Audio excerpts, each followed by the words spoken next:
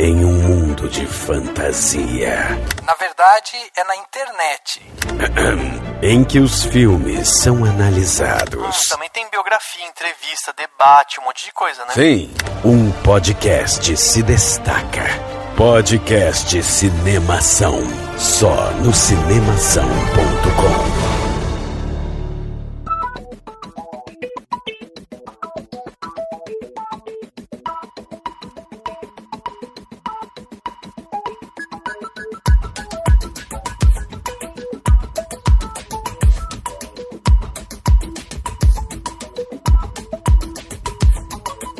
Seja bem-vindo ao podcast Cinemação 293. Eu sou Rafael Arinelli e produção é tão complicado quanto direção. Fica a dica. Eu sou Maíra Lucas e produtor também é autor. É verdade, olha aí, mais uma dica. Eu sou Daniel Cury e, como diria Orson Welles, o cinema não tem fronteiras nem limites, é um fluxo constante de sonho. Olha só, você foi profundo ainda. Foi. Quando a gente não tem criatividade, tá sem criatividade, a gente vai lá e busca uma frase bonita de alguém. E cita a pessoa. É isso aí.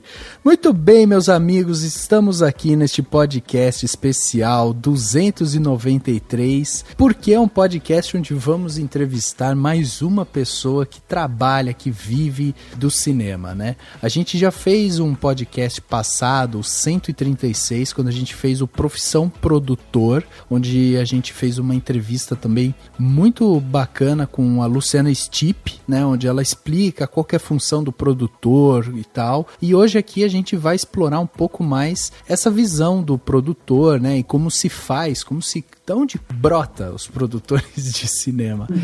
E para isso a gente teve que trazer uma pessoa aqui super experiente, a Maíra Lucas, que é CEO da Glass Entretenimento desde 2005, e ela trabalha aí há mais de 13 anos com audiovisual. Já produziu longas como Loucas pra Casar, Brother, Odeio o Dia dos Namorados, Minhocas e Torrica. Maíra, primeiro queria agradecer sua presença aqui no Cinemação, dizer que é um prazer ter você aqui e tenha certeza que hoje você vai ser nosso objeto de estudo. Vamos te perguntar tudo mais um pouco. Pode perguntar. Então vamos bater esse papo sobre produção de filme logo depois do quadro Repercussão. Confira o que rolou durante a semana. Eu começo. Agora no Repercussão.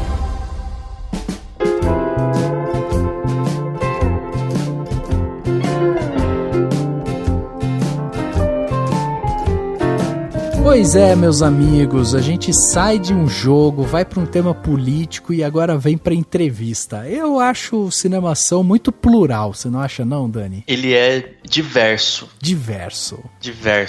É isso bom. Porque em tempos em que muita gente não respeita a diversidade, a gente entrevista todo mundo, faz um monte de coisa, fala com gente de tudo quanto é jeito, faz piada na zoeira, volta pro assunto sério. É assim que tem que ser. É isso aí, cara. E eu acho que dessa forma a gente consegue entender as coisas de uma maneira mais ampla também, né? Não fica só com a cabeça enfiada num tipo de pensamento. Então, acho que esse papo vai render muito. Fique aguardando aí, porque esse papo vai ser muito bom. E se você quiser já mandar seu comentário, né, sobre perguntas, de repente, questões que você queira levantar, ou até, de repente, mandar alguma mensagem pra Maíra aqui, né, pra gente encaminhar pra ela, e aí ela responder e tal. Enfim, vamos continuar a discussão que a gente vai trazer nesse podcast nos comentários. E pra você fazer isso, ou você envia um e-mail pra gente através do contato@cinemação.com, ou você acessa lá o cinemação.com, vai no post desse podcast e lá tem a área de comentário.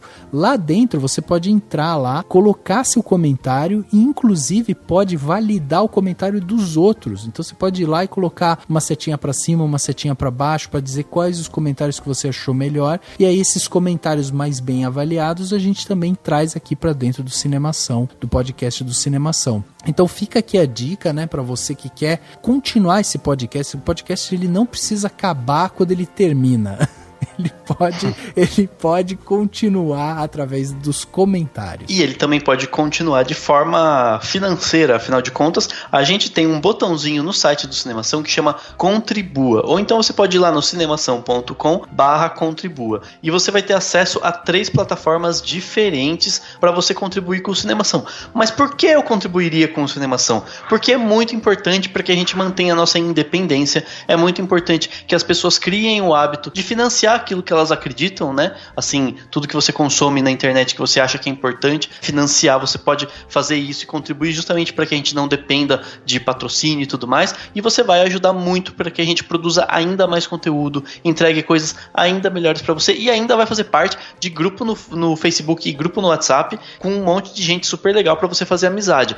E você pode começar fazendo isso com apenas R$1 por mês. Pode ser mais, pode ser 10, pode ser 15, pode ser R$50 por mês, mas se você tiver só R$1 por mês, já ajuda muito a gente. Então vai lá no cinemação.com/contribua e contribua, seja um patrão, uma patroa do Cinemação. E chegando aqui na parte onde as pessoas saíram dos seus armários e mandaram seus comentários pra gente, temos 2 comentários aqui que vieram de patrões do Cinemação. Então, além de você ajudar a gente financeiramente, a gente ainda te dá privilégio para vir ser lido aqui dentro do podcast do Cinemação. Um dos comentários que a gente recebeu foi da Kátia Barga, que vira e mexe escreve aqui pra gente. Muito legal como ela interage, né, com os podcasts que a gente coloca no ar. E ela falou aí justamente no podcast 292, quando a gente trouxe aqui a Beatriz Pedreira para bater um papo justamente sobre o nosso momento político. A gente discutiu um pouco esse assunto, né, com um pouco mais desse olhar dentro da cultura e tal. E aí a Kátia Barga falou o seguinte: parabéns pela coragem de mexer nesse vespeiro, nesse momento. Adorei a participação da Beatriz, super lúcida e com muito conteúdo. Em tempos de ódio e medo, bom ouvir uma pessoa com dados e ponderada. Muito legal saber que o Rafael votou num mandato coletivo. É uma ideia muito legal para encantar mais temas. Aqui em São Paulo, também votei no mandato coletivo, a bancada ativista, que, para minha alegria, entrou. Obrigado pelo programa e sugiro vocês fazerem um falando sobre filmes que mostram a subida do nazismo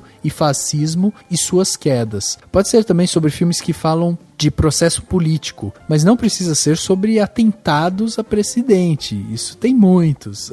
E a Kátia ainda mandou uma dica, né, de assuntos de aqui. Tema. Não sei por que será que ela tá pensando nesse tema. Não entendi. Brincadeira, eu entendi. Muito bom, Kátia, muito obrigado pelo seu comentário, com certeza tema anotado aqui, de repente a gente já coloca, porque a gente está trabalhando na lista de temas já para 2019, então fica esperta que uma hora esse tema surge aqui pra gente. E eu tenho um super comentário do Osmar Vitor, que também é nosso patrão, que foi no podcast 289, que a gente chamou de Tem na Netflix, e a gente discutiu aquela coisa do conforto, enfim, das pessoas quererem assistir filmes só na Netflix, né? Sim. E ele escreveu o seguinte: concordo quando vocês falam que o catálogo da Netflix é limitado, mas vou além, acho sim que isso seja um problema. Pessoas reagem a incentivos. Se um título não está disponível em streaming de assinatura, quais são as outras opções? Comprar ou alugar online não é nada barato, locadoras de mídia física não existem mais e boa parte das pessoas simplesmente não sabem baixar filmes e nem tem interesse em aprender. Isso sem falar que há filmes que aparentemente não existem online. Alguém já tentou baixar o Alto da Compadecida em uma qualidade razoável? Com esses fatores, é mais cômodo ficar limitado ao catálogo do seu serviço de streaming de preferência, que no caso do Brasil a opção de longe mais usada é mesmo a Netflix. Em 2016, o The Hollywood Reporter divulgou uma lista com os 100 melhores filmes de todos os tempos, eleitos por mais de 2.000 votantes, entre os diretores, produtores, atores e atrizes. Na Netflix, 88 desses 100 filmes não estão disponíveis. Para quem só vê Netflix, é uma parcela considerável da história do cinema indo pro ralo. E o pior é que em 2016, quando a lista foi feita, o número de títulos não disponíveis era de 59, o que já era ruim, mas tem ficado muito pior. É possível encontrar outros títulos por outros meios? Sim, mas não é cômodo, e eu vejo essa falta de comodidade como um grande problema, pois é o mercado que molda os hábitos individuais. Em março desse ano, o crítico Pablo Vilaça escreveu um extenso texto dividido em 3 partes sobre as razões que o fizeram cancelar a Netflix. Apesar do texto ter vários motivos políticos, recomendo o tópico As Razões como Cinéfilo, da primeira parte do texto. texto. Essa parte pode ser acessada por aqui. E aí ele deixou lá no comentário, vocês podem acessar lá, tem o link pro texto do Pablo Vilaça. É isso aí. O Osmar continua assim, ó. Minha esperança é que no futuro aconteça com o cinema de streaming o que aconteceu com a indústria musical há alguns anos. Hoje, Spotify, Deezer e Apple têm praticamente tudo mesmo. Não há uma limitação de catálogo em nenhum deles. Espero que a indústria de cinema se movimente um dia para viabilizar o mesmo na Netflix e nas demais plataformas. Isso é muito interessante, uma proposta que eu não tinha pensado e faz todo sentido, né? Sim, de você entrar numa plataforma e ter de tudo. Ou então, pelo menos, ter quantidades muito, muito grandes a ponto de você ter todo o cinema nas meia dúzia de serviços de streaming, né? Quem sabe? Não, e tem outra coisa, né? Tanto Spotify quanto Deezer e Apple, eles são gratuitos, né? São serviços gratuitos, só que se você, tipo, vai ter uma propaganda no meio, uns negócios assim. Se você quiser não ter essa propaganda, você tem a opção de fazer o pagamento, né? Pra daí você ter uma assinatura premium ali e tal. E a gente não tem isso nos filmes, né? Você é obrigado a pagar pra ter acesso àquela lista de filmes e tal. Sim. Eu acho muito difícil ter serviços gratuitos para filme, porque sim, é uma produção dúvida. muito, muito mais cara e tudo mais. Mas mesmo que mantenham esses preços, se tiver algo parecido com o que ele falou, já é bem interessante. Sim.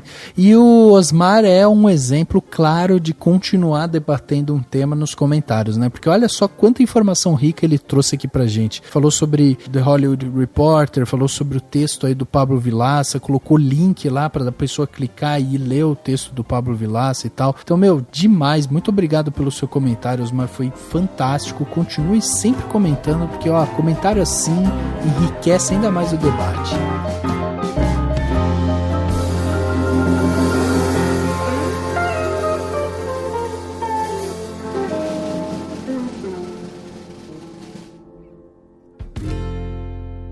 Ação.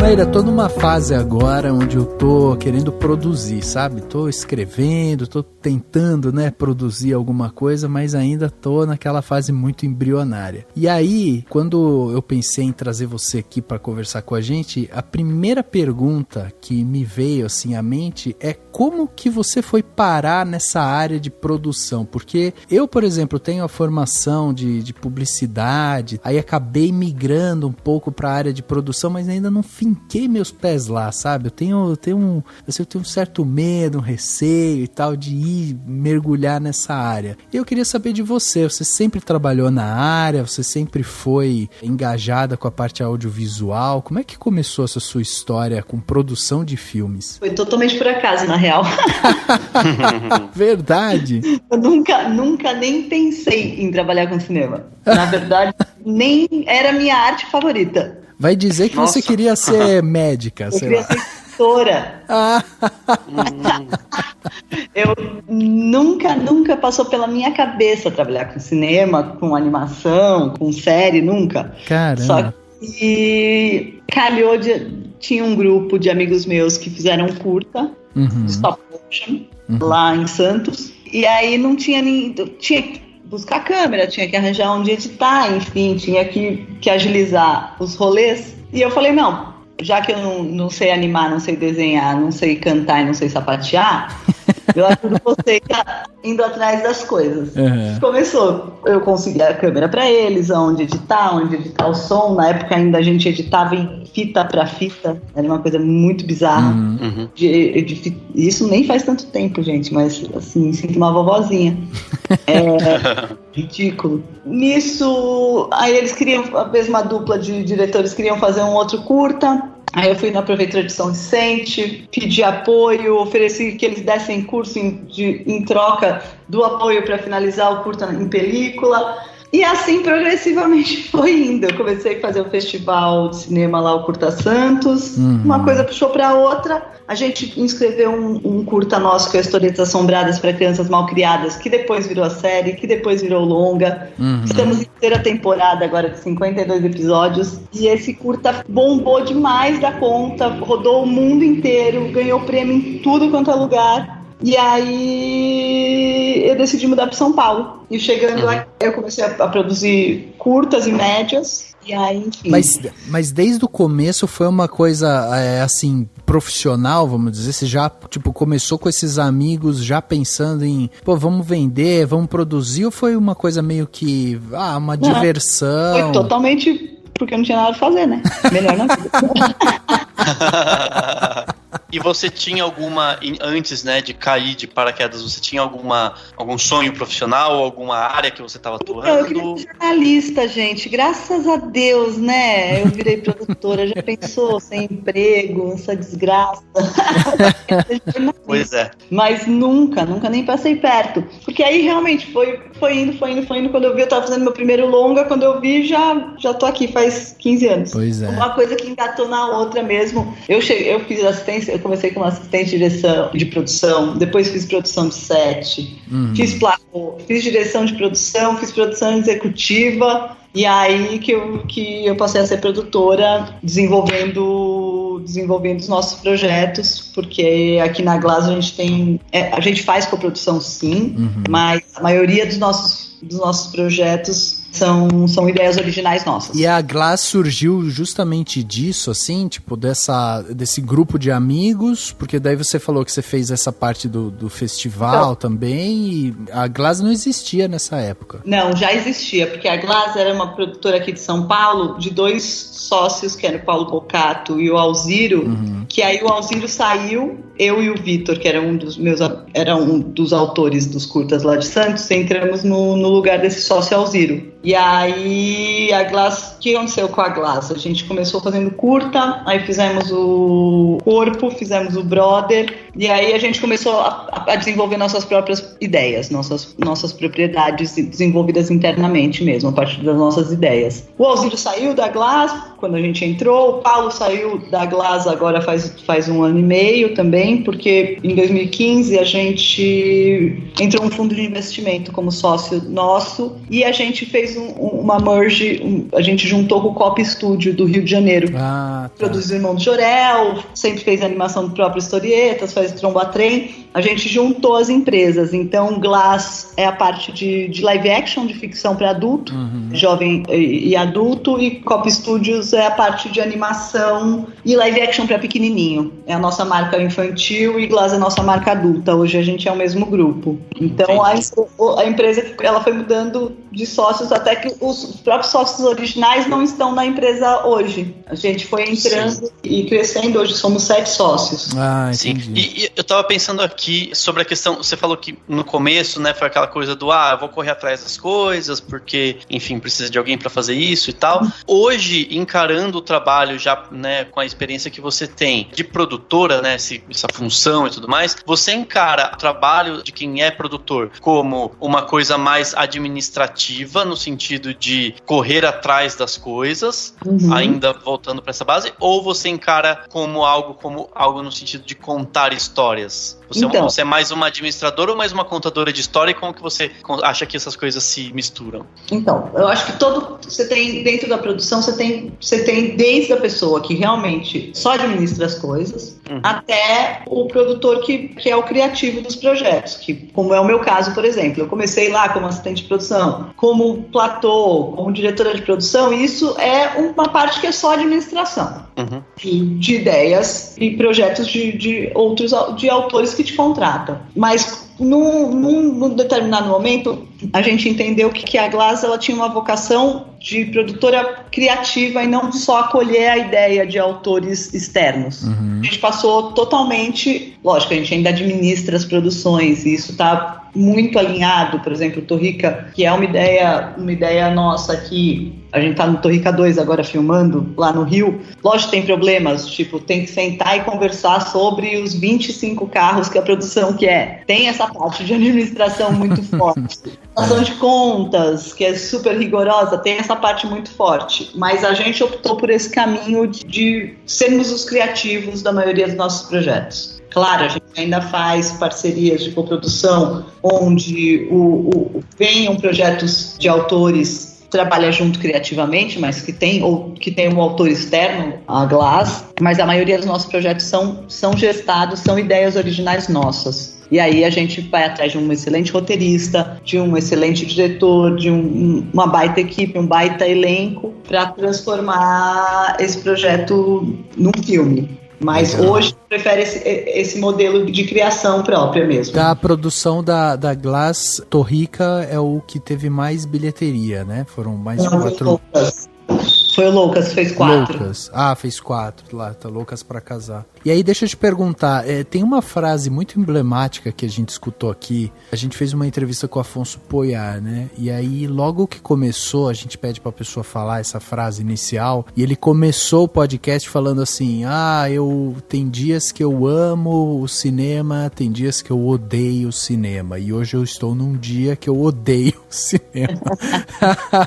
E isso eu achei muito emblemático, porque traduz muito justamente essa relação de amor e ódio com a produção cinematográfica aqui no nosso país, né? E aí eu queria saber de você como produtora, porque a Glass, ela tem uma linha de produção muito típica, assim, uma assinatura muito própria, né? Que tem muitas comédias, as animações e tal. E aí eu queria saber de você, é isso mesmo? Você, na visão de produtora, tem isso também, essa coisa do amar e odiar essa profissão? É difícil realmente fazer cinema no Brasil? Eu acho que também é difícil fazer cinema no mundo inteiro, porque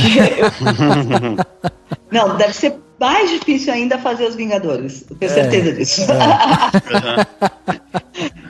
Porque eu sempre falo que assim, é uma equipe que se reúne, são 200 desconhecidos ou 100 desconhecidos no Brasil, a nossa equipe de filmes maiores gira em torno de 100 pessoas, que se reúnem num período de 3 meses para colocar uma ponte Rio-Niterói de pé. Um orçamento muito restrito. Sim.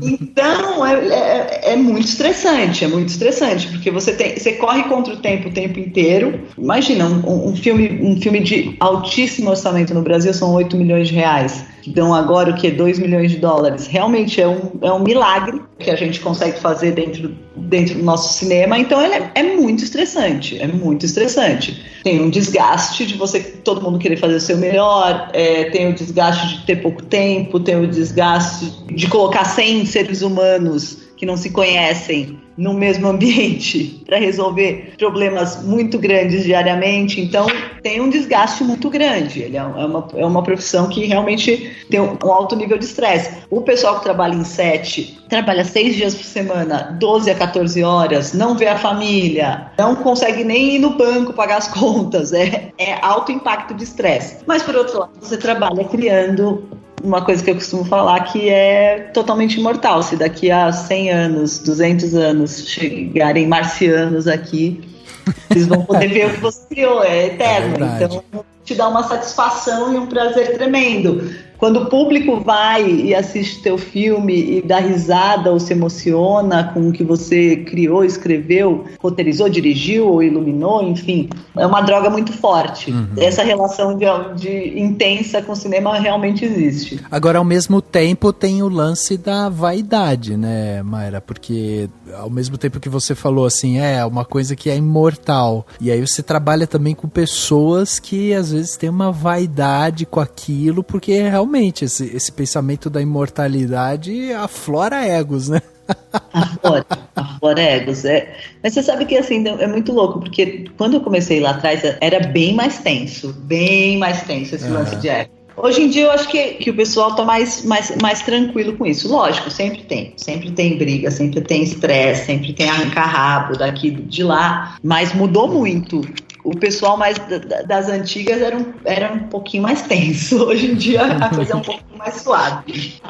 Você acha que a evolução que a gente teve no audiovisual ajudou a profissionalizar também, no sentido de que as pessoas estão mais, né, tipo, vem aqui trabalhar e depois, sabe assim, aquela coisa, ou enfim, como que você vê essa mudança? Eu acho que isso, porque o que acontece? Eu entendo que quando você estava nos anos 60, nos anos 70, nos anos 80, nos anos 90, fazer filme era uma empreitada de maluco, né?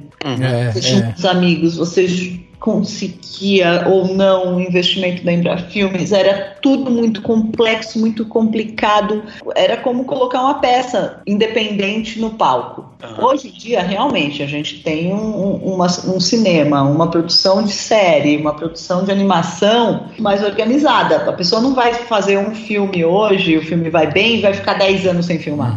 Isso não vai acontecer. A pessoa não vai hoje trabalhar, fazer assistência de direção numa série e ficar 2 anos sem trabalhar. Ela realmente é uma profissão, então isso, as pessoas não são tão mais passionais, apesar de amarem, mas não é essa passionalidade do desespero, porque senão elas morrem, né? Já pensou cada filme que faz? Se fosse o último.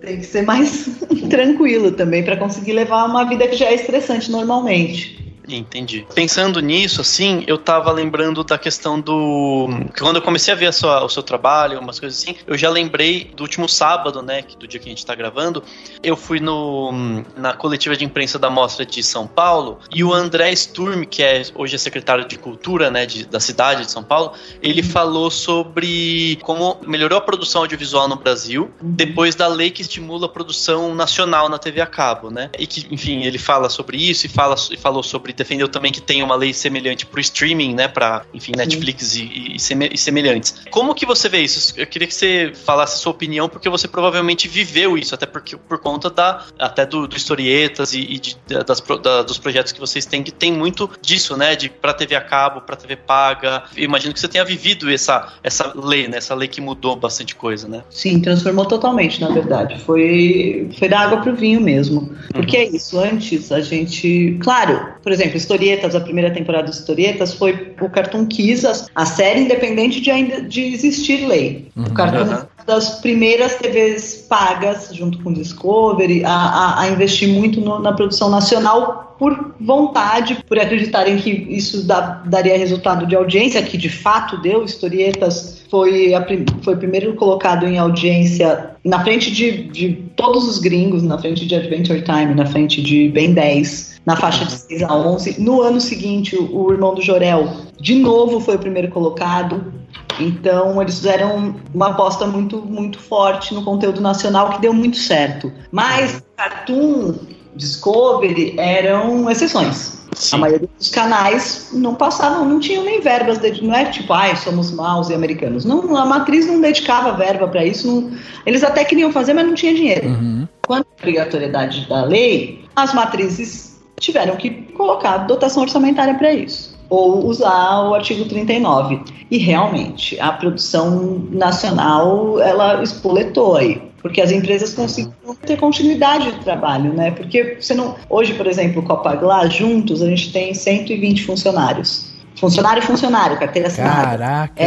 Imagina como que seria isso se você faz um filme, e uma série a cada 2 anos. Não seria possível? Exatamente. Então, isso profissionalizou demais, fortaleceu demais as empresas. Então, gerou emprego, gerou continuidade. Com isso, claro, os profissionais ficam melhores, as pessoas... Hoje os dados da indústria do audiovisual do Brasil são impressionantes. A gente é uma indústria maior do que a farmacêutica, maior do que a do turismo. É muito impressionante os dados da indústria audiovisual no Brasil. E agora, com a entrada muito forte dos streamings, da Netflix, a Amazon que está chegando forte, é importante. Agora, faz 2-3 dias, a Europa, o Parlamento Europeu aprovou também uma cota de 30% de produto europeu no streaming. Só para explicar a diferença, uma coisa é o Netflix vem, eu apresento uma ideia, eles compram a minha ideia e ficam dono 100% dessa ideia e me contratam para produzir. Isso é uma prestação de serviço. Certo. Eu vendi bem minha ideia perfeitamente, eles vão explorar a minha ideia no mundo inteiro, vão por ela perfeitamente. Muito diferente é o que a gente conseguiu com a lei e o que a Europa agora conseguiu com o streaming, o que a gente conseguiu com a lei TV a cabo, que nós somos coprodutores. Ou seja, cada território que a Netflix ou a Cartoon ou a HBO, enfim, vender aquela série no mundo, um pedaço fica com o autor. Então, essa é a grande diferença. A Netflix vai continuar fazendo coisas aqui, mas essa cota, não estou dizendo que precisa ser 30, mas é uma proteção para o mercado não virar só prestador de serviço. Entendi. Isso é legal. Ação.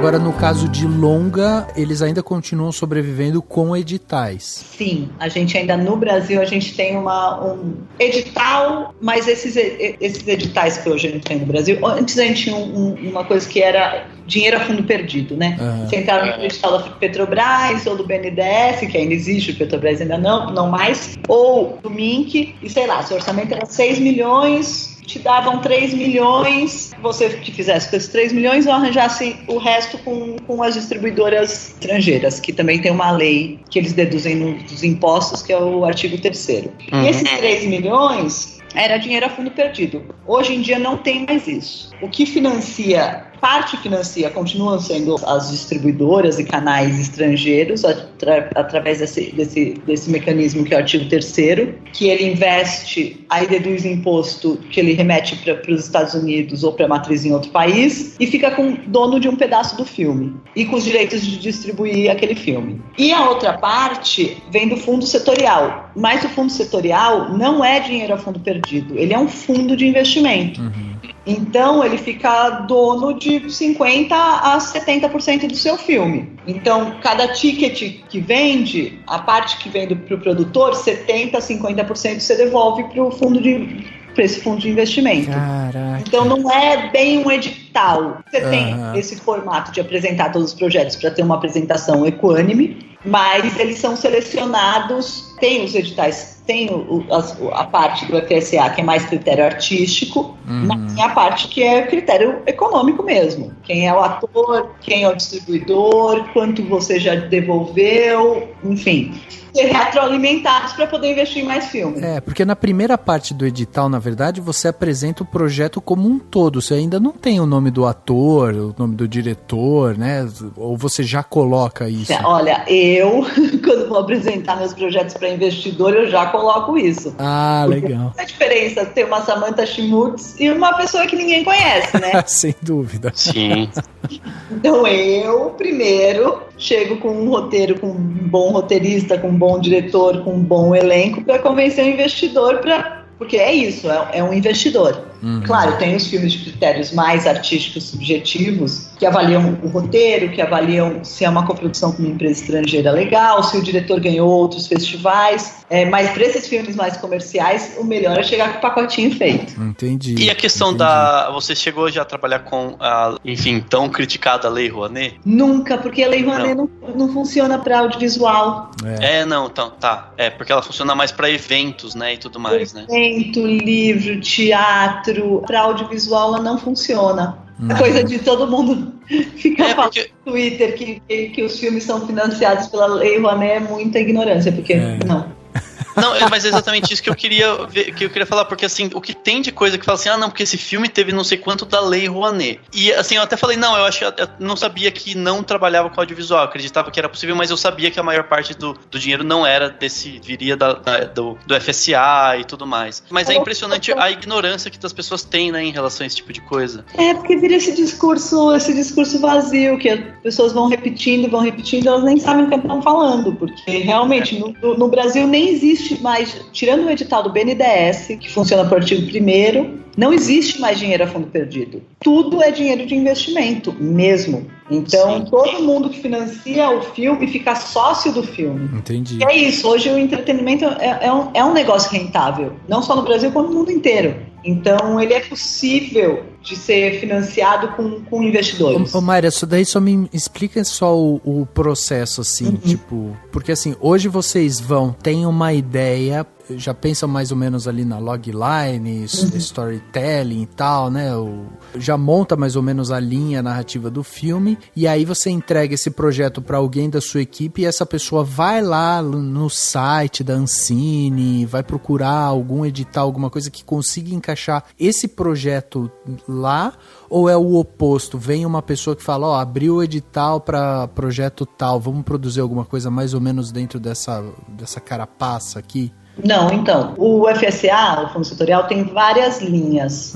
Linha para projetos até 3 milhões, de cunho muito artístico, que realmente a primeira janela de cinema nem é o objetivo principal em termos de retorno. É mesmo já pelo mundo, entrar num festival de muito, muito prestígio, porque aí ele vai vender muito bem para os streamings do mundo inteiro, para outras janelas no mundo inteiro, como entrar em Sundance, ou entrar em Berlim, ou entrar em Cannes. Realmente você vai vender muito bem no mundo. Então tem essa linha de projetos muito internacionais, que eu chamo, mas que não necessariamente funcionam na sala de cinema para o público amplo, que quer ver Marvel. Sim. Muito mais nichado. Você tem a linha de filmes mais comerciais mesmo, que se pretendem ganhar dinheiro na bilheteria no Brasil. Tem isso também. É muito difícil existir um filme que fale com os dois mercados, que fale com a sala de cinema em larga escala e funcione no mercado internacional. Você tem que meio... Claro, pode existir um Cidade de Deus que consiga as duas coisas. Um Carandiru, mas é raro. Um Top Hit, mas é muito raro. São cases. Então, você já sabendo, se o seu projeto é mais internacional, é mais com esse perfil de autor, high-end de público, você vai por essa linha que são duas linhas divididas. Você pode colocar desde filmes 2, 3 milhões até filmes de 6, 7, 8 milhões, mas mais para esse âmbito internacional. E tem a linha que é para market share no Brasil, ou seja, vender ingresso em sala de cinema no Brasil. Então você sabe qual é o seu projeto, então você aplica nessa linha. Entendi. E aí, no caso, você como produtora do filme, enfim, não é você que fica ali olhando onde que encaixa e tal. Na verdade, você tem alguém dentro da sua equipe que fica buscando esses financiamentos, ou não? Não. A grande parte do trabalho do produtor é buscar financiamento para o filme, sim. Porque você você conversa com o distribuidor, você vende o filme, você olha aquela linha, você vai fazer o pitching para o FSA, porque o Fundo Setorial tem pitching. Muitas vezes eles te chamam para entender melhor aquele projeto e o plano de financiamento. Muito do papel do produtor é vender o filme, sim. Entendi. Claro, eu tenho uma equipe grande, uma equipe que me auxilia todos os dias e que cuida dos detalhes da operação. É, porque daí eu imagino que a parte de produção esteja ali, né? Você vai ter duas áreas, que seria a produção em si do filme, que é a produção de alugar lá o espaço, o set, contratar as pessoas, pagamento e tal, enfim, e uma outra parte que justamente vai ficar correndo atrás desses financiamentos e tal. Então, na verdade, não, é tudo meio junto que a pessoa faz. É tudo meio junto, exatamente. É tudo meio junto. Claro, você coordena equipes, né? Sim. Eu tenho a minha equipe, por exemplo, tem a diretora financeira da Glass, a Luísa. Ela cuida de quase tudo de financiamento e contratos, porque são inúmeros contratos, relação com os investidores, é um trabalho muito grande. Sim. E eu tenho o meu produtor executivo geral aqui da Glass, que é o Paulo Serpa, que cuida de tudo para baixo. Que é fazer o filme. Eu tenho esses dois apoios muito grandes. Para a parte de financiamento, a diretora financeira, a Luísa, e para a parte de fazer o filme, o Paulo Serpa, que é o produtor executivo geral. Entendi. Mas meio que eu centralizo essas pontas, porque tem muito isso. Ser meio a showrunner dos filmes, digamos assim. Ela está na moda. Então tem que atender os... Quando eu vendo um roteiro para o distribuidor, eu não posso vender uma comédia e entregar um drama. E quando eu vou fazer o filme, eu não posso ter 5 milhões e querer gastar 6. Então eu tenho que fazer o melhor filme possível para o cliente, entre aspas, que é o distribuidor e o fundo de investimento, mas ao mesmo tempo sem estourar a produção para não falir. Então o produtor ele é essa pessoa que segura esses dois pratinhos mesmo. Você conseguiria citar um pouco de um exemplo, assim, de alguns dos filmes, de algum deles, pelo menos, do tipo assim, como que chegou o projeto, como que vocês escolheram os atores, ou se já veio por parte do diretor, enfim, e como que foi um pouco do processo de venda, não detalhes, claro, mas assim, como que foi a venda, assim, o que interessou aos distribuidores e tudo mais? A primeira coisa é logline. Logline é tudo na vida. Logline, bom nome. Se você consegue explicar o seu filme em 2 frases, você já tem metade do caminho do sucesso. Porque fica claro para a pessoa. Quando você chega e fala, Loucas para Casar, é uma mulher que já está com seus 40 e tantos anos, e ela tá noiva faz 3 anos, e o cara nunca pede ela em casamento, e tudo que o sonho da vida dela é casar, e aí ela descobre que ele tem 2 amantes. Sim, acabou. Acabou. Você fala, claro, quero. Uhum. E aí você chega e fala, ainda por cima fala, então, e a Ingrid Guimarães quer fazer, e a Tata Werneck e a Suzana Pires. Acabou, você vendeu. Legal. Entendi. Mas, óbvio, pra chegar nessa logline e chegar nesse elenco, tem um trabalho muito grande por trás. A gente ficou 3 anos fazendo o roteiro desse filme. Entendi. Já com o Roberto Santu. Então, primeiro o Roberto não estava no projeto, era uma ideia nossa aqui. A gente chamou o primeiro Sabac, que é o roteirista. E aí, quando a gente desenvolveu o primeiro argumento, eu mostrei para o Roberto que a gente já tinha feito o Odeio Dias Moraes e falou, quero fazer esse filme. Eu falei, então vamos lá. E aí a gente foi desenvolvendo, mas muito, muito próximo com o Sabac. E aí a gente apresentou para a Ingrid trouxe a Tatá e a Suzana, ela que teve a ideia da Suzana, que é uma grande surpresa no filme, ela tá realmente incrível. Então, quando a gente chegou pro distribuidor, que é o Bruno Weiner, da Downtown, a gente já tinha essa logline, mas depois de ficar 2, 3 anos trabalhando no roteiro, né? O Torrica, eu tinha feito um roteiro, é uma ideia original minha, eu tinha feito o roteiro com um parceiro nosso aqui, e aí eu não gostei muito do resultado, achei que não ficou muito legal. Ficou 2 anos na gaveta, até um belo dia eu vi o Minha Mãe é uma Peça e vi a Samantha no filme. Aí eu falei, isso, porque o filme era uma patricinha paulista, eu falei, não, esquece tudo, é pra Samantha. E mudei todo o roteiro pra Samantha. Mas ficou 2 anos, eu já nem achava que eu ia fazer aquele filme. E aí quando eu falei, Torrica, vai chamar Torrica também, pra vender a 2 minutos. Mas não significa que você chegou nessa ideia em 2 minutos. Sim. Não, e você daí já deixa tudo engatilhado, então. Você já fala com os atores, já combina tudo com eles, já deixa tudo certo. Ó, o seu papel vai ser esse, o seu vai ser aquele, já deixa tudo meio certo. Ó, agora que tá tudo certo, agora eu vou conseguir o dinheiro desse filme. Exatamente. Entendi. Sabe o que eu ia te perguntar, Maíra? Era sobre justamente os seus primeiros passos, porque assim, eu imagino que pra você como produtora, né, hoje tá fazendo filmes, né, que levam 4 milhões de pessoas pro cinema e tal, é uma coisa incrível, assim, mas eu imagino que dentro da sua história tenha tido algum ponto de virada ali, né, porque como você falou que você começou meio por acaso, eu imagino que você começou sempre com um orçamento curto e tal, e aí um dia você deve ter vendido um projeto maior que você falou, caraca, agora isso daqui virou mesmo um negócio e tal. Existiu isso pra você? Existiu sim. Eu comecei como produtora de animação, né? Esses curtas eram de animação e eu fui fazer live action já depois de muitos anos, nunca tinha feito.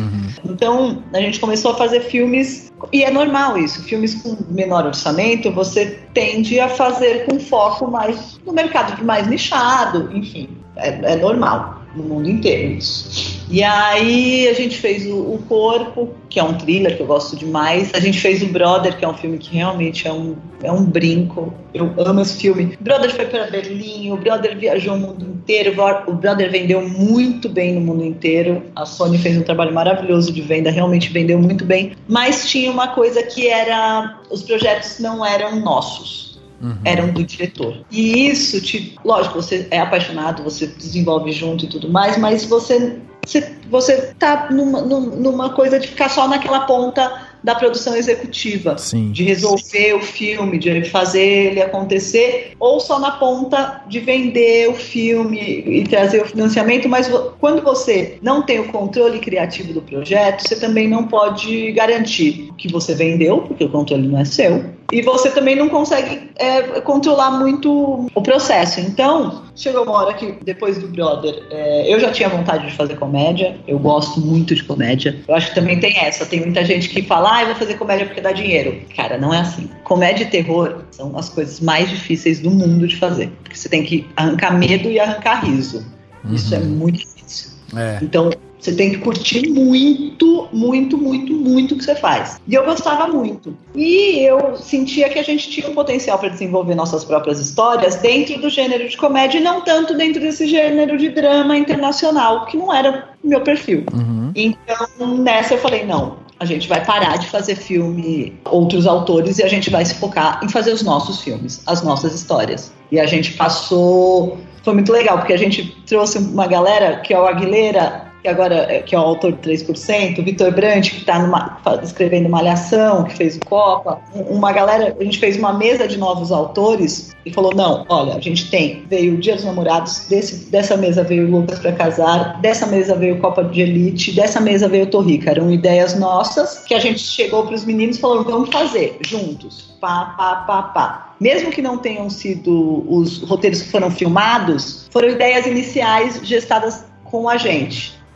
Então, aí foi o ponto de virada. A gente falou, bom, tem gente que sabe fazer filme internacional, mas pro mercado de festival muito bem. Não é o que eu sei. Eu sei fazer entretenimento. Parou durante muitos anos de fazer filme de outros autores. A gente se focou mesmo em fazer os nossos projetos voltados para o entretenimento, voltado para o market share e voltado principalmente para uma coisa que eu sempre falo. Eu tinha muita vontade. Eu sou da Praia Grande. Eu vim da classe C. Eu tinha histórias para compartilhar com as pessoas da minha experiência da classe C e D, para compartilhar com o pessoal que vai no Espaço Unibanco, entende?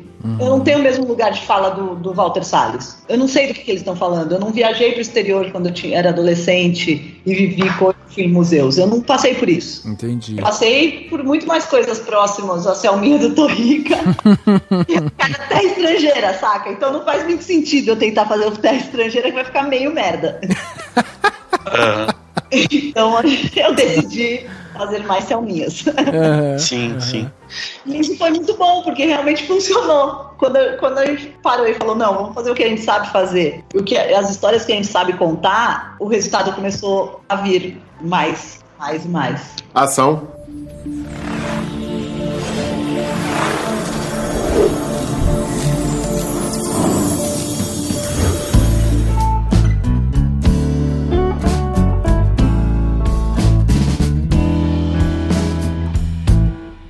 Eu imagino que tenha tido um frio na barriga aí, né, de assumir um projeto, porque daí tava tudo atrelado ao nome de vocês, então devia ter uma exigência interna ali sua, né, também, principalmente, de vamos ter que fazer um negócio muito certinho agora. Você não faz ideia, eu odeio o Dia dos Namorados, é a história mais triste da minha vida.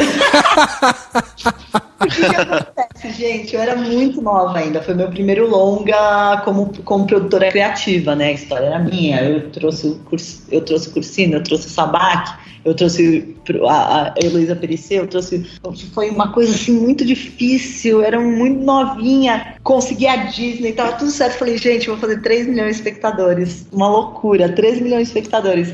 No dia da estreia, eu acordei e falei, gente, olha, fez 15 mil espectadores, que maravilha. Aí meu sócio na época virou e falou, isso daí é uma desgraça, tá, Maíra?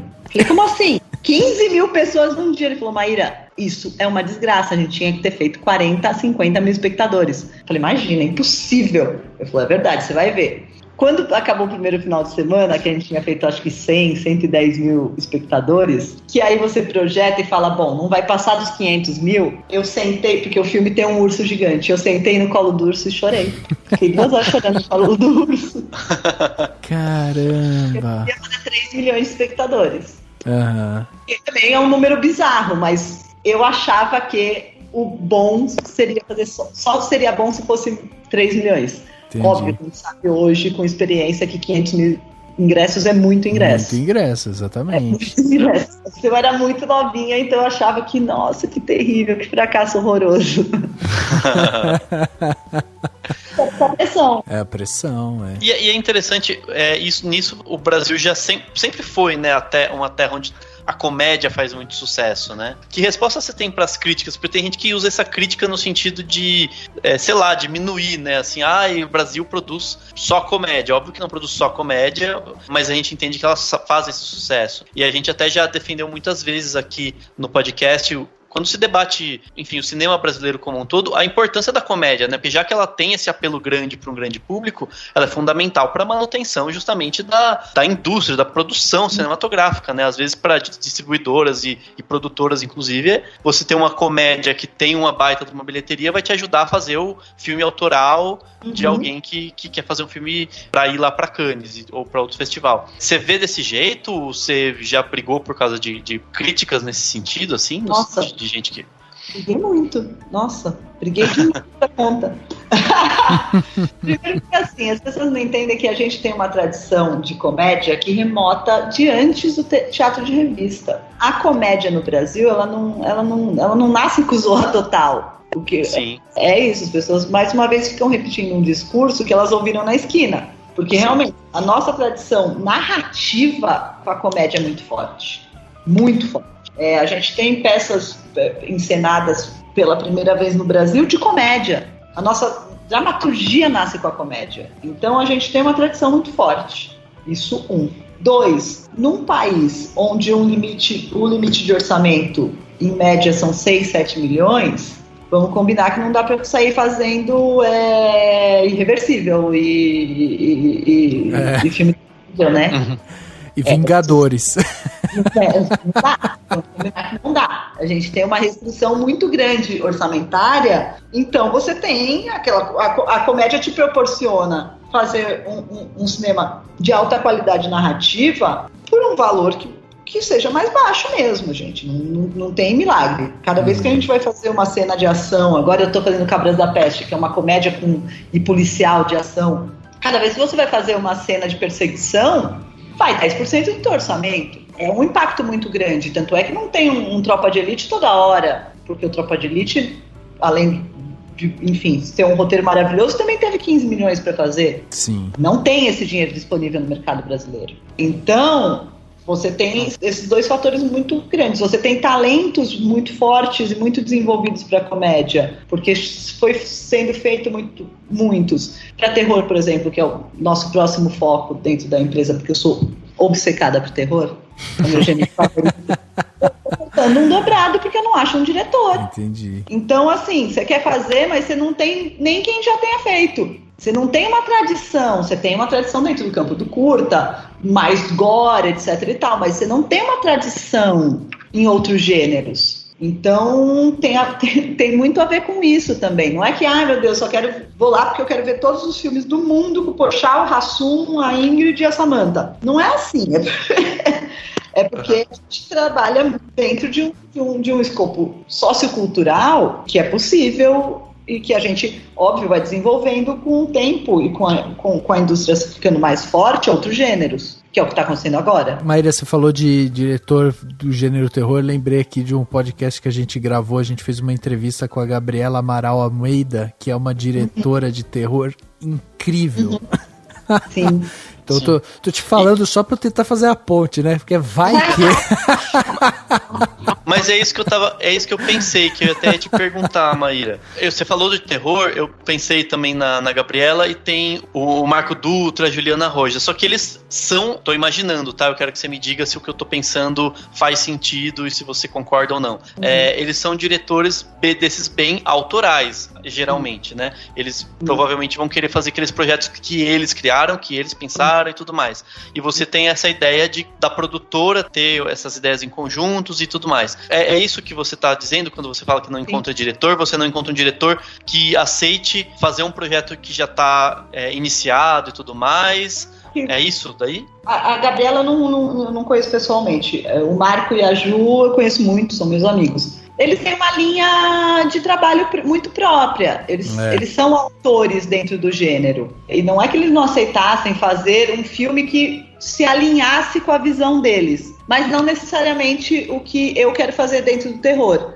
Que é uma coisa mais de terror sobrenatural. Mais uma vez, que converse mais com bilheteria, que seja mais alinhado com lado comercial do gênero. Entendi. Eu acho que eles até topariam fazer um projeto que fosse a partir de uma ideia nossa e desenvolvessem juntos, mas que fosse mais dentro do escopo do trabalho deles mesmo, que é um trabalho muito conceituado, muito desenvolvido, e eu super entendo, porque os filmes são muito maravilhosos, vendem para o mundo inteiro, vão nos maiores festivais. Mas quando eu falo é isso, a gente, por exemplo, os Estados Unidos, ele faz uma coisa muito escrota, que eu fico sempre com muito ódio. Aparece um diretor de um curta-metragem de 2 minutos na puta que pariu da Argentina, eles vão lá e contratam o cara. Ah, tá. Eles vão lá, contratam o cara e falam, olha, tem esses roteiros todos aqui, pode escolher um. Meio que já amarra o cara com uma produtora de lá e impede ele de fazer qualquer outra coisa. Porque ele já vai pegar um filme maior, entendeu? Entendi. Então, é uma indústria muito, muito, muito bem colocada. Uhum. Eu vejo curtas de terror do mundo todo, mesmo porque eu sou fã mesmo do gênero. Quando você vai falar com o cara, ele já tá nos Estados Unidos. Entendi. Você vai voltar pra ele e falar, então, você quer vir fazer um filme aqui com R$2 e um abraço? Ele vai falar, não, tô no Hollywood, amor. Uma indústria que gera muito dinheiro, né? A indústria de terror, ela sempre sustenta muita coisa. Você vê o caso da Blumhouse, gente, que faz filme de $5 milhões que vendem $100 milhões. Então, é um troço. Que eu acho que o Brasil tem total possibilidade de fazer dentro do nicho. Eu acho mesmo. Eu acho que vai ser o próximo gênero que vai dar muito certo no Brasil. Ele já, assim, se você pegar filmes, as grandes filmes americanos, os que mais dão bilheterias, né, no Brasil, ou as grandes bilheterias, você vai ter muito filme de terror, né?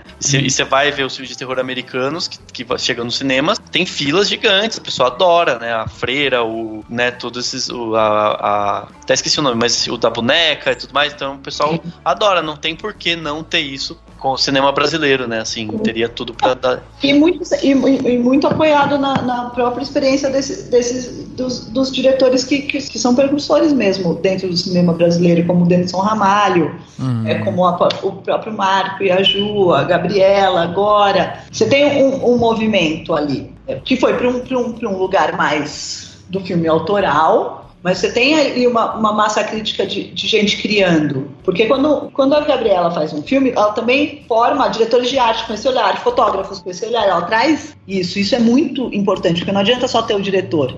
Exato. Tem que ter... Sim. Então, eu acredito que mais 2, 3 anos vai surgir um filme de bilheteria muito forte brasileiro, de terror. Aí entra até uma questão que eu acho interessante, que é a seguinte, você até comentou aí, né, sobre o mercado hollywoodiano e tal, e a gente percebe, né, principalmente hoje em dia, que o cinema brasileiro, ele meio que está se reconstruindo, as pessoas começam a olhar para ele com, sabe, um pouco mais de credibilidade e tal, porque um tempo atrás ele tinha perdido um pouco isso justamente com essas comparação com o mercado americano, né, as grandes produções e tal, e aí agora a gente começa a ver que o cinema brasileiro ele tá abrindo mais o leque, né? Esse ano a gente vai ter alguns filmes, inclusive políticos, muito interessantes e tal, então a gente começa a ver assim, cinebiografias, histórias voltadas pro terror, os gêneros começam a ganhar um pouco mais de força e tal, só que tem até um artigo que foi o Dani que escreveu pro nosso site, falando assim, que o cinema brasileiro nunca vai ser o cinema americano, porque é o cinema brasileiro, e pronto, acabou, não existe milagre para isso. E aí eu ia te perguntar, você sonha assim que em algum momento, não que a gente crie uma indústria tão lucrativa e tão própria como é a indústria americana, mas você sonha em algum dia de uma produtora como a sua, de repente conseguir com dinheiro próprio produzir e receber por aquilo tudo, sabe? Como acontece lá, tipo, você vai ter a distribuição, mas o filme vai se pagar e você vai conseguir fazer várias produções de vários gêneros. É um sonho seu esse tipo de coisa? Sim, definitivamente. Eu acho totalmente possível. Você tem exemplos que já conseguem fazer isso. O próprio Rodrigo Teixeira, ele praticamente financia os filmes brasileiros dele, todo com investidores de dinheiro privado, num modelo muito, muito legal. E também está em Hollywood. O Rodrigo realmente é um produtor excepcional, fez A Bruxa, ele circula nesse mercado já, E eu acho isso muito possível. Lógico, a gente nunca vai estar nos Estados Unidos, nem no cinema, nem na indústria de sapato, nem na de carro, nem a gente no Brasil. Mas eu acho possível a gente ter uma indústria muito sustentável, porque tem outros países que a têm já. A Coreia do Sul tem uma produção autossustentável imensa. A China, a Índia, é possível, porque o nosso mercado interno é muito grande. Apesar da gente falar português, isso é um problema, porque a Coreia exporta para toda a Ásia. Sim. A Argentina exporta muito mais do que a gente, porque fala espanhol, tem muito mais países que falam espanhol. Isso é um problema nativo da nossa indústria, não tem o que fazer. Mas eu acho possível sim, porque o nosso mercado interno é muito grande. Poxa, a gente é o 3º maior mercado da Netflix no mundo. Exato. Isso é muito grande. Então, eu acredito que cada vez mais será possível, sim, viver de uma forma autossustentável. Eu acho até interessante frisar, porque os números da Ancine, né, até agosto agora, mostram que o público geral que vai ao cinema de 2017 para 2018 caiu cerca de 16%. Porém, em termos de títulos brasileiros, a gente teve um aumento de 55% do público indo ver filmes brasileiros no cinema nacional, né, sendo produzido e sendo consumido pelo público interno. Então eu acho isso muito significativo. Eu imagino que pessoas como você, que tem uma produtora, que está aí trabalhando todos os dias, vendendo e tal, hoje sinta muito mais essa onda próspera, né, no mercado atingindo do que antigamente, né? Não tem nem sombra de dúvidas, porque realmente hoje a gente tem um mercado. Isso é um fato. Antes da retomada a gente não tinha um mercado, a gente tinha filmes sendo feitos. Mas mercado, diversos profissionais, com uma cadeia grande, com consistência, com números, não tinha. Então, acho que os últimos 15 anos foram muito, muito, muito importantes para isso. Por isso que a gente tem que olhar para o futuro e olhar o que vai acontecer com o mercado. Por isso que a gente defende muito a questão de ter uma cota no streaming, sim, como proteção. Porque o único mercado que não precisa de proteção é o mercado americano. Sim, todos exato. Os mercados do mundo precisam de proteção. E deixa eu te perguntar. Liberal não vamos deixar o livre comércio, assim, não dá certo. É verdade. Tanto é que ninguém fez isso, senão a França teria feito, a Espanha teria feito, a Alemanha teria feito e eles não fizeram. Eles colocaram cota. Então, aprendamos com os amiguinhos. Ação.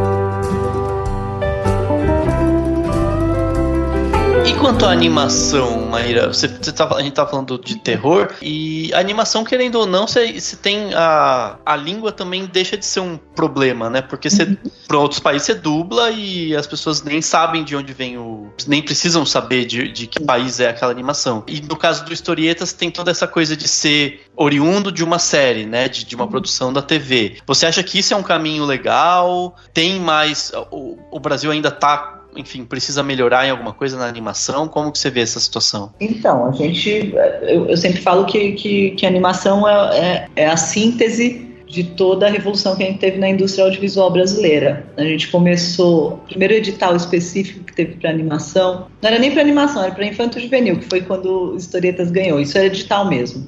Para curta, que foi a BCA, que é a Associação de Animadores, conseguiu 14 anos. 14? Não sei mais. Tipo aquelas velhas que não sabem mais. Acho que faz uns 13 anos, vai. 13. Até então, a gente tinha uma produção muito pequena de animação. Um curta ou outro, um longo ou outro. Maurício de Souza aqui, uma Xuxa ali, era tudo muito esparso. Pouco mais de 10 anos, a gente chegou no Oscar. Isso é realmente uma revolução. Isso é realmente um pequeno resumo, uma pequena síntese da indústria. Em um pouco mais de 10 anos, a gente saiu de produção um curta ao ano para o Oscar de melhor filme de animação. Então, realmente, eu acho que, claro, a gente tem que melhorar, tem que expandir, tem que conquistar mais o mercado de venda internacional. É um case de sucesso absoluto. Absoluto.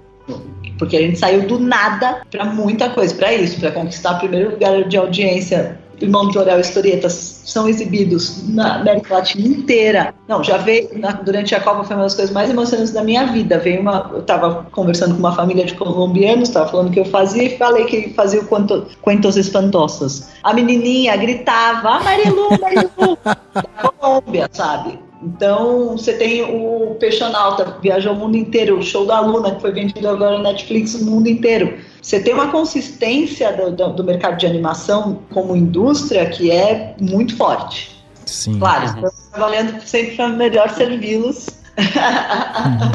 Mas eu acho que é uma indústria que vai crescer muito mais. Muito mais. No caso da animação, para se vender, é a mesma ideia do que o longa? Quer dizer, você apresenta uma logline, de repente um esboço ali do desenho? Não, é muito mais difícil. Porque a animação você não tem como virar e falar, então vai ser a Ingrid. Exatamente. E a pessoa fala, então é uma mina de mais ou menos 40 anos, engraçada, bababá. Não, você tem que criar tudo do zero. O universo você não tem, porque não é ambientado nunca no mundo real, porque senão fica chato. Você não tem nada, você tem uma folha em branco. A nossa última série que a gente acabou de entregar, que é o Tito e Muda, ficou 8 anos em desenvolvimento. Nossa. Porque realmente você sai muito do zero. Então, a animação é muito mais difícil. Muito mais difícil. Muito mais difícil. Mas aí, nesse caso, parte, inclusive, da produtora, um investimento, inclusive, maior, então. Porque eu imagino que você tenha que produzir realmente algum tipo de material artístico ali, Sim, né? Você tem que fazer bíblia, tem que fazer o desenvolvimento de roteiro, você tem que fazer, às vezes, testes de animação. Entendi. Tem de 1-2 minutos. E você tem anos da maturação daquela ideia. Porque é isso. A ideia nasce troncha. Você tem que ir desenvolvendo, dorme, acorda, pensa, vai, volta. A animação é bem mais complicado, bem mais complicado. Tava pensando aqui, não é nem... É mais um desabafo, mas a impressão que eu tenho é que, você falando de animação, eu pensei, gente, por que a gente tinha tudo pra ter um muito mais forte, principalmente por conta da Turma da Mônica, né? E a impressão que eu tenho, não sei se eu tô errado, mas eu acho que a Maurício de Souza tem feito uma produção bastante tímida pro que eles poderiam fazer, né, em termos de animação. Eles pararam pra pensar, não sei. Eles são uma empresa de... É que nem a Disney, né? Eles são uma empresa de licenciamento. Então, eles têm, por exemplo, eles vão fazer o Laços agora em live action. Que, nossa, eu vi as primeiras fotos de set, eu chorei. Eles fizeram, inclusive, com a gente, o Biduzidos, que é o Bidu e os animaizinhos de estimação. Eles não são uma produtora de animação, é isso que eu quero dizer. Entendi. Eles são uma produtora de licensing. Então eles trabalham nesse compasso do que a marca pede, né? Mais do que... Não vem daí a receita deles, não vem do que eles fazem de animação. A animação mais ajuda a compor e a vender o licenciamento e o editorial. Eles são uma empresa muito grande, calcada numa marca muito grande. Então, não faz sentido ele fazer um projeto que não seja do universo da Turma da Mônica, entende? Sim. Não, eu tô pensando nisso mesmo, assim, do tipo... mas eu tô viajando mesmo, né? Mas eu fiquei imaginando eles, de repente... É que eu imagino que tenha que ter, então, uma produtora ou pessoas mais interessadas nisso, mas por conta do licensing. Mas o que eu tô imaginando é que eles poderiam muito bem ter uma produção do tipo, assim, um filme por ano, sabe? Ou a cada 2 anos, com bilheterias muito grandes. E eles têm feito isso muito para mercados muito nichados, né? Assim, enfim, até onde eu sei, a série não tem novos episódios e tal, que eles tinham, acho que no Cartoon também. Então, é mais por isso que foi mais até pra tentar entender melhor, né? Se você souber explicar, claro que você não... embora seja... É isso, eles têm um modelo de negócio muito vencedor e a produção de animação mais apoia esse modelo do que o contrário. Entendi. Ela é mais... ela é pra vender tudo, não, e a animação só é um dos braços, né? Só uma das opções, né? Exatamente. Não, tá certo. Faz sentido. Agora, Mayra, tem uma coisa que eu acho sempre importante a gente tocar nesse assunto aqui, principalmente agora, né, que vivemos uma situação política tão conturbada e tal, e me chama a atenção o fato de você ser uma produtora, mulher, CEO de uma das maiores produtoras do Brasil e tal. Queria saber da sua visão feminina para o mundo cinematográfico como produtora e como CEO de uma empresa, né? Você sentiu em algum momento um pouco mais de dificuldade? Você acha que existe algum preconceito nesse mercado para as meninas que estão escutando a gente agora e que sonham em produzir, sonham em dirigir e tal? Como que você vê isso? Como em todo mercado, o mercado de cinema e de animação também, ele é muito, muito machista. Assim, já aconteceu de tipo, eu presidindo reunião da minha empresa e tá falando sem interrompida com mãozinha falando, peraí, queridinha. Nossa Senhora. Sim. Sim. Então, assim, não é bolinho. Você tem que já mil vezes eu tô numa mesa que só tem roteirista homem e assim, não dá pra falar porque nego te interrompe, você tem que bater na mesa e dar berro, e aí todo mundo te olha meio a maluca, não é que é maluca, pô, tô tentando falar faz meia hora, chega uma hora que dá no saco, e isso sim existe, isso sim acontece, porque isso sim acontece no Brasil, e nesse momento tão delicado, onde um candidato à presidência que se coloca abertamente e sem medo de ser feliz falando as barbáries que falam por aí, é um momento que a gente tem que ficar cada dia mais esperto e resistir mesmo, e entender que chega uma hora que você tem que gritar, falar, não, chega. Você tem que se impor, porque não vai ser pedindo com licença que a mulher vai ganhar o espaço dela, não. Vai ter que ser tiro, porrada e bomba. O bagulho é tenso. Muitas vezes já passei por diversas situações que são, tipo, ridículas. Você olha e fala, não acredito que está acontecendo isso, pelo amor de Deus. E isso porque eu me propus a desbravar esse mato aí. Mas tem mulheres que não conseguem nem ter oportunidade de dar bater a mão na mesa, porque não são chefes, não estão nessa posição. Sim. Então, assim, a gente tem que ficar atento e forte e todas unidas e todos unidos e ficar muito esperto com demonstrações de machismo, principalmente no cotidiano, porque essas pequenas coisas, sabe? Essa coisa de interromper a fala.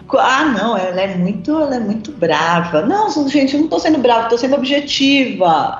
Sabe? Essas coisas são muito normais. Nossa, que antipática. Não, gente, só tô trabalhando, saca? Isso é muito, muito, muito presente. Poucas diretoras mulheres. O pessoal na animação, a gente tem até um movimento surgindo agora. A escala é muito menor. Então, é meio um retrato do resto, sabe? Você já chegou a barrar ou evitar que isso chegasse no que você produz, nos filmes que você produz, no sentido de, se fosse um homem no seu lugar, provavelmente o filme teria um viés diferente, ou sei lá, você já sentiu isso, assim, em algum momento? Em termos criativos? Em termos criativos, Sim, não, é muito gozado isso. O próprio Loucas, ele tem uma brincadeira no final, né? Vou dar um spoiler, mas enfim, o filme é velho também, se a pessoa não assistiu, vá no Now e alugue, por favor. Que é o seguinte, ele é um falso filme de briga entre mulheres, né? Só que no começo ele terminava com ela casando e sendo feliz para sempre.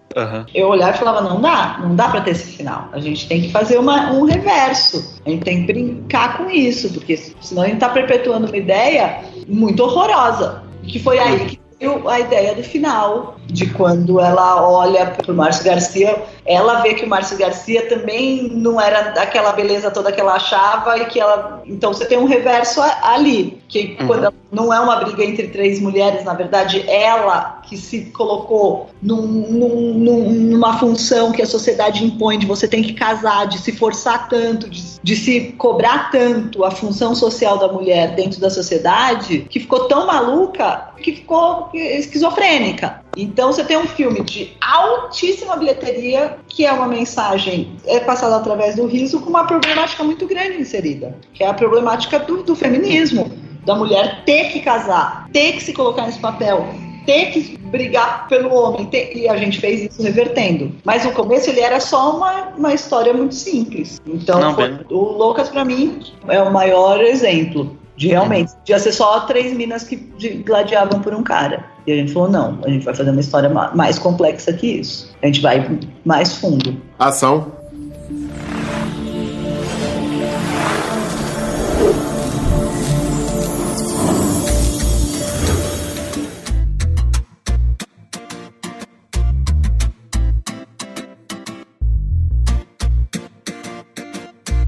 Você tem sentido um movimento maior dessa entrada das mulheres no mercado? Você tem percebido mais diretoras? Tem conseguido perceber assim, uma movimentação maior? Até voltando aqui, né, para citar a entrevista que a gente fez com a Gabriela, eu até falei para ela que eu admirava muito o trabalho dela por estar, né, se especializando num gênero de terror, mas por ser mulher, por ser nordestina, por estar desenvolvendo uma carreira, sabe, desbravando quase que um mercado totalmente novo, que é um cinema de gênero e tal. E só que assim, eu espero que a Gabriela não seja uma em 1 milhão, entende? E aí eu queria saber de você, como produtora, se você tem percebido uma movimentação no mercado que de repente abrace mais dessas mulheres, né? Sim, tem muita autora surgindo. A gente tem um selo aqui na Glass que a gente depois, enfim, que a gente conseguiu dar esse salto e entrar investidor e conseguiu investir nossos próprios recursos em outros tipos de cinematografia. A gente montou um selo de autores estreantes ou no máximo que tenham só um longa-metragem, né? Que a gente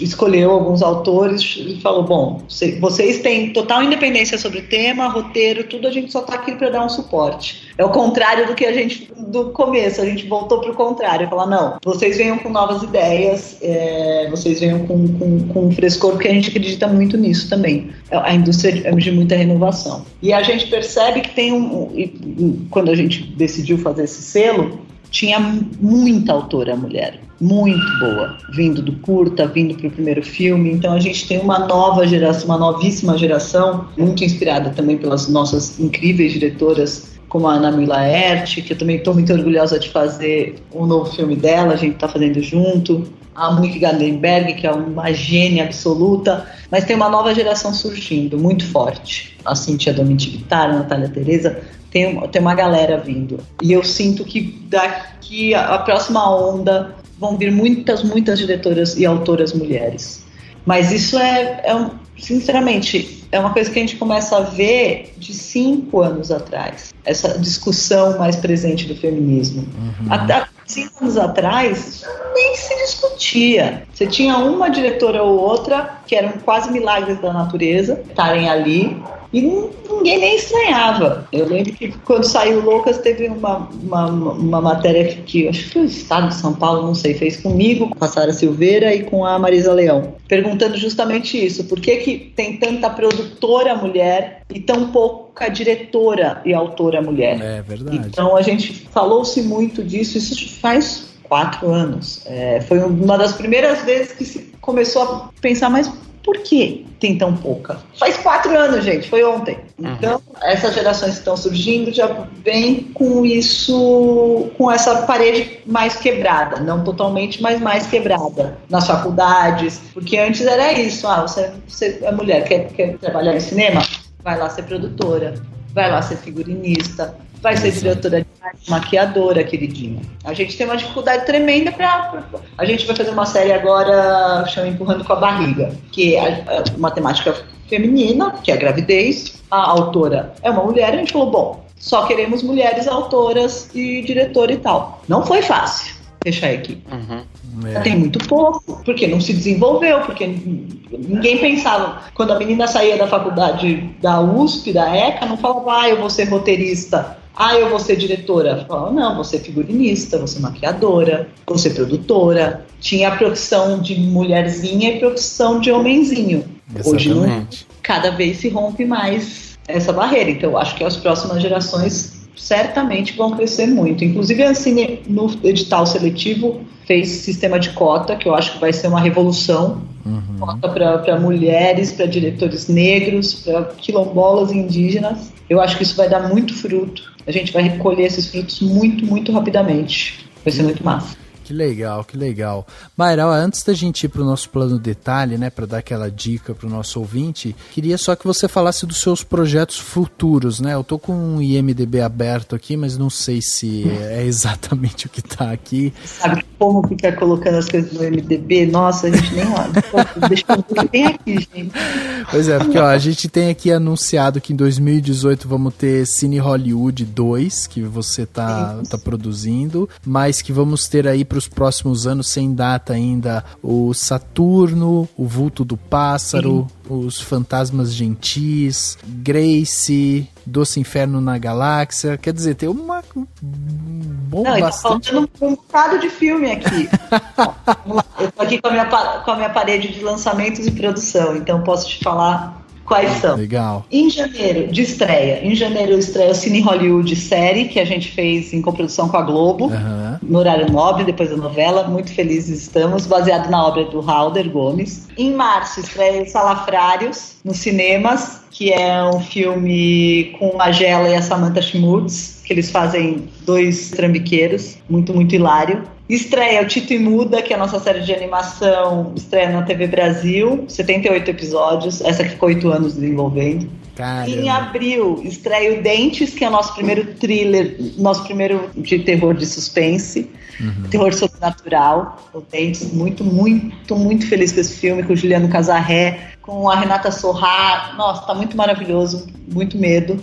E em março, estreia o Cine Hollywood 2, que é o longa, a Chibata Sideral. Aí a gente, isso de estreia já marcada. Aí a gente tá produzindo agora, tá filmando o Torrica 2, entra o Torrica 2 com a Samantha, com a novidade que vai ter a Evelyn de Castro e o Rafael Portugal, do Porta dos Fundos, integrando o elenco, Selminha de volta, hilária.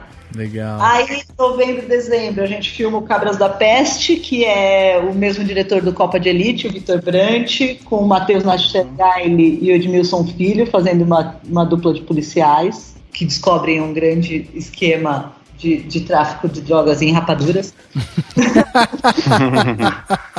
Só pra comentar aqui, o Vitor Brandt é colega nosso, né? Ele tem o Boom Boom Cast. Sim. É um baita podcast de humor. Exatamente.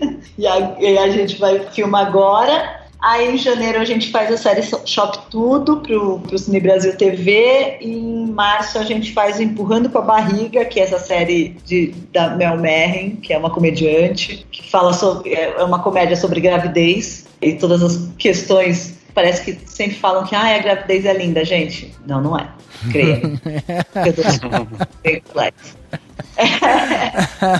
E aí a gente, o ano que vem, filma o novo filme do Halder Gomes, o Bem-vindo a Xeramobim. A gente filma o novo filme da Ana Mulaerte, que é o Clube das Mulheres de Negócio, que é um filme, é uma comédia sobre feminismo. Realmente tá muito engraçado. Vai vir uma Ana Mulaerte que a gente nunca viu ainda, com a veia bem, bem cômica. E, gente, são muitos filmes. Muitos. Cara, sensacional, sensacional. Fico muito feliz com esse papo e eu queria pedir desculpa pra você durante o podcast. Várias vezes eu te chamei de Mayra e é Maíra. Gente, eu já tenho de Maiara, Maraísa, qualquer raio eu tô primeiro.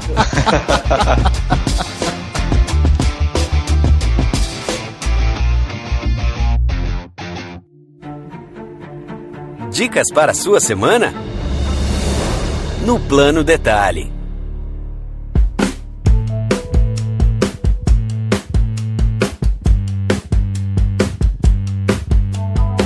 Plano Detalhe da semana, aquele momento então pra gente dar aquela dica pros nossos ouvintes, e dessa vez temos aqui a companhia dessa produtora que tem história, tem filme no seu currículo a dar com o rodo, então, né, peguem seus caderninhos, fiquem com canetas apostas porque vai vir coisa boa por aí. Dessa vez eu vou começar o Plano Detalhe, vou dar uma dica aqui de um canal do YouTube, canal que eu particularmente... cara, tô devorando o canal desse cara e tenho gostado cada vez mais do que ele produz, que é o Peter McKinnon. Esse cara surgiu fazendo vários vídeos ali com Casey Neistat, que é um youtuber famoso e tal, e o Peter McKinnon, ele é assim, tinha o canal dele, mas ele é um fotógrafo, então ele tem uma pegada muito diferente na hora dele fazer os vídeos dele. É uma pegada que foca mais nessa parte da fotografia, do acabamento, sabe? O acabamento dos filmes dele são muito bons, e ele tem melhorado cada vez mais a parte dele de storytelling, que eu acho que essa que era o grande diferencial. Quando você via vídeos do Casey Neistat, ele tinha muito mais a parte de storytelling, e o Peter McKinnon, ele tinha mais a parte cinematográfica, vamos dizer assim. Agora ele tem melhorado muito justamente toda essa parte dele de contar histórias. E aí ele tem ali partes práticas também dentro do canal dele, do tipo, ele fala sobre câmera, ele vai mostrar qual a melhor câmera ou como configurar sua câmera. Ele fala também sobre a parte de edição, dá dicas para como você pode usar o Premiere, o After Effects e tal, enfim, várias dicas que ele dá. Então acho que é um canal para quem gosta de fotografia, quem gosta de, sabe, de ver toda essa parte cinematográfica de uma forma mais crua, inclusive, porque é uma produção caseira, né? É um canal sensacional para você acompanhar aí. E é um cara que cresceu no YouTube de uma forma assim impressionante. Há um ano e pouco atrás ele tinha, sei lá, 200 mil inscritos. Hoje ele tá com 2,5 milhões. Então é um cara que realmente tem um talento na hora de produzir seus vídeos e seus filmes e tal. Então fica aqui minha dica, Peter McKinnon, o link vai estar aqui no post deste podcast. Maíra, e você? O que você trouxe de dica pra gente? Eu já tô aqui com meu bloco de notas aberto para poder anotar o que você vai trazer pra gente. Então, juntando todas as coisas que eu gosto e falando um pouco do que é o produtor e do que é uma visão da mulher dentro da produção, dentro da criação de um projeto, eu peço muito que vocês assistam o maravilhoso Objetos Cortantes da Amazon. Sim. Porque, assim, tudo é muito acertado. Eu já sou muito, muito fã da Gillian Flynn como escritora. Eu acho uma das escritoras mais contundentes da nova geração. O Lugares Escuros é um trem que, assim, eu não consegui nem ler até hoje, porque ela escreve de uma forma muito forte. E num lugar que a mulher é mais forte ainda. Ela consegue cutucar uns buracos que são muito dolorosos, mas muito necessários de cutucar. E aí a Amy Adams, essa atriz maravilhosa, é a produtora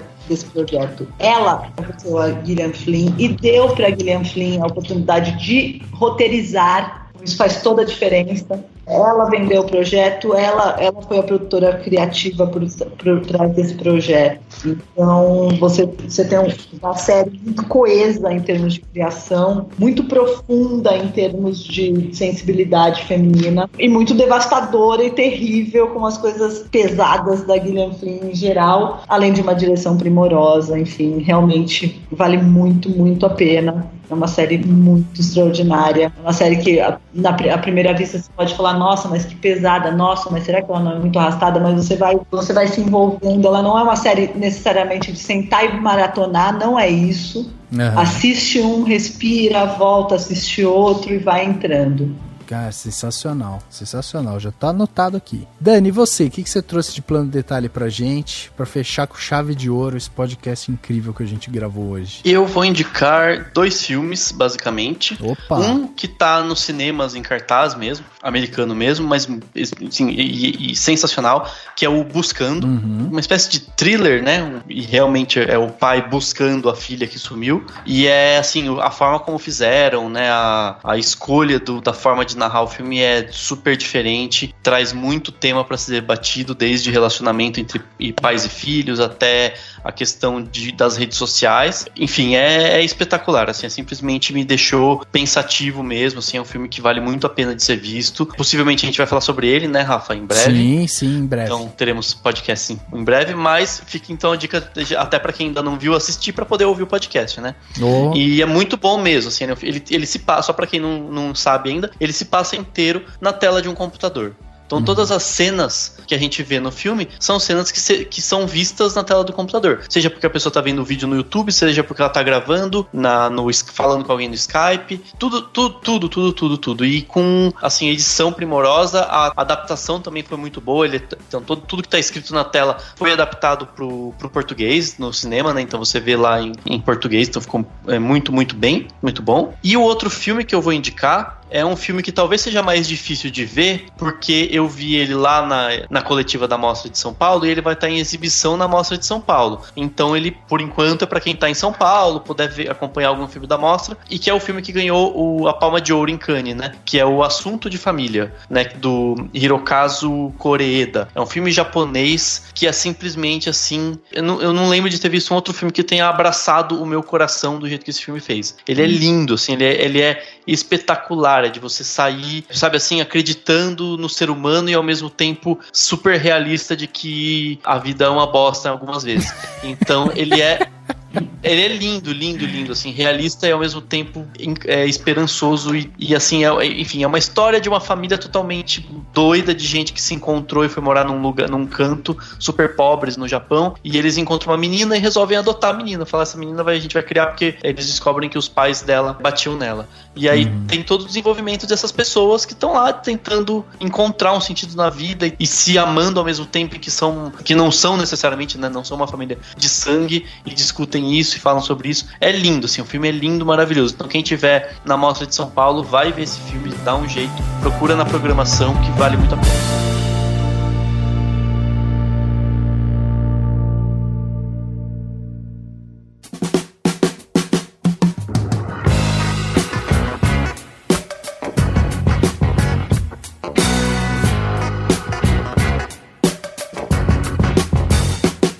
Chegando aqui no final do nosso podcast Cinemação 293, e eu queria agradecer aqui, né, com toda a força, todo o carinho, a Maíra por ter vindo aqui conversar com a gente, porque olha, foi uma aula sobre produção, você contou várias histórias muito interessantes aqui. Acho que para quem escuta, quem consome cinema, quem pretende de repente viver de cinema e tal, com histórias como essas, assim, que a gente vai entendendo melhor como que o mercado funciona, né, como que a gente pode, né, se aprofundar nesse mercado, entender melhor ele, para também saber como se posicionar. Então, Maíra, primeiro eu quero te agradecer imensamente você ter disponibilizado o seu tempo, vir aqui bater esse papo com a gente, e queria também que você deixasse rede social, e-mail, o que você quiser aí de meios de contato, se a galera quiser falar com você ou quiser ver todo o trabalho que vocês estão fazendo, como que faz para entrar em contato? Márcio, muito obrigada pelo convite, amei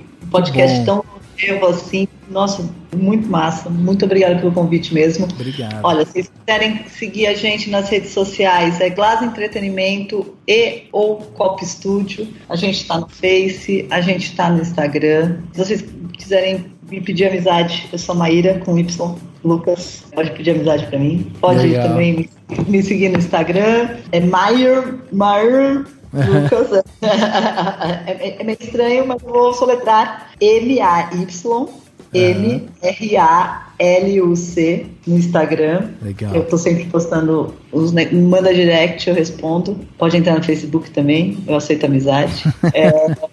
Ou se vocês quiserem entrar em contato com a Glass diretamente, ou com o Cop Studio, para apresentar projetos, para apresentar ideias, a gente também está sempre aberto. Legal. Atendimento @glass, é G de gato, L de laranja, A de amor, Z de zebra, entretenimento tudo junto.com. Tá, gente? Fala com a gente. Estamos aqui. Isso aí, sensacional. Vamos colocar links aqui no post também para a galera conseguir clicar, né, e já falar com vocês. Então, mais uma vez, queria agradecer você. E Dan, muito obrigado também pela sua participação hoje. Sensacional, como sempre, com suas perguntas cirúrgicas. Eu que agradeço. Muito obrigado. Obrigadão, Maíra. Adorei o podcast, foi muito bom. Obrigadão, Rafa. Obrigadão todo mundo que está ouvindo. E espero que todo mundo continue amando o cinema nacional e indo assistir, porque é sempre muito importante. Então é isso, obrigado a todo mundo e até semana que vem. O podcast Cinemação 293 fica por aqui e a gente se vê no próximo.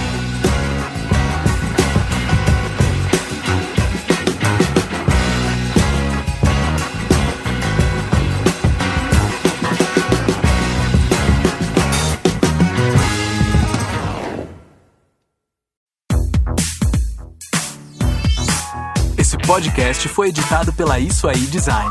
Tudo isso é forma com função. É design estratégico. É isso aí.